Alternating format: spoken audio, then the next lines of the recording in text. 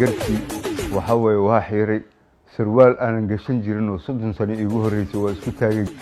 cimrigaygu waa 58 sano 1963 ayaan dhashay reer tiktokley waxay iigu yeeraan inaan ahay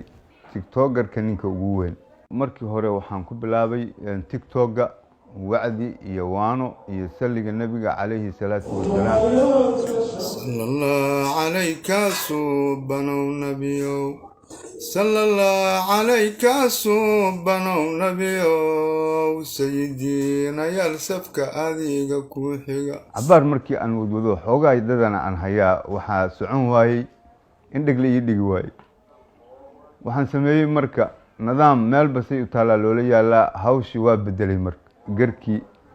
waxa weeye waa xiiray sarwaal aanan gashan jirin oo 30 sano iigu horeysay waa isku taagay jiinisa suuqa ka soo gashaday hawshi aan bilaabay marka disco danza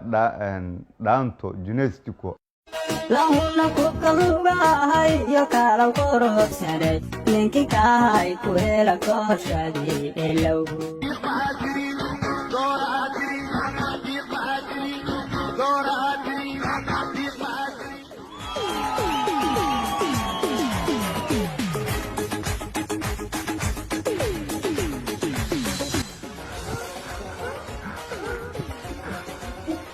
laba boqol ay gaadhay markaas oo falowga iyo 1 milyan iyo intaas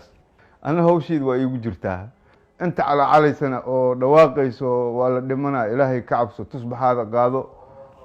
tusbaxaad tuurtay kutub xoolaha tahay ku haya waxa weeye hinaasaa ka keenaya waxa ay rabeen inay sameeyaan oo naga badiyay arkeen isku xisho ilaa waa dhimanaysaa yeeraysa ma ana moog inaan dhimanayo weligayna wax ma dilin wax ma balaqaysan intaana waa dhex taagnaa carrada dhiig bino aadanna ma gelin ayaa nuur alcayni ayaa khayr alkulli ayaa baab alfaadxi yaa rasuul allah nasaaixu diiniya way asna waa la akhriyaa oo niyadan macnaha inaysan sii tarax tegin anu akhriyaa nidaam salaad iyo cibaado ka sheekeynaya kaasna kii hore way munaaqibkii weeye mustaqbalku waxaan rajeynaa insha Allah ta'ala biidn al-bari khayr iyo barakan rajeynaa hadda dib ma barajeynayo hawshan noocan hadda aad arkaysaan ay ku sii soconaysaa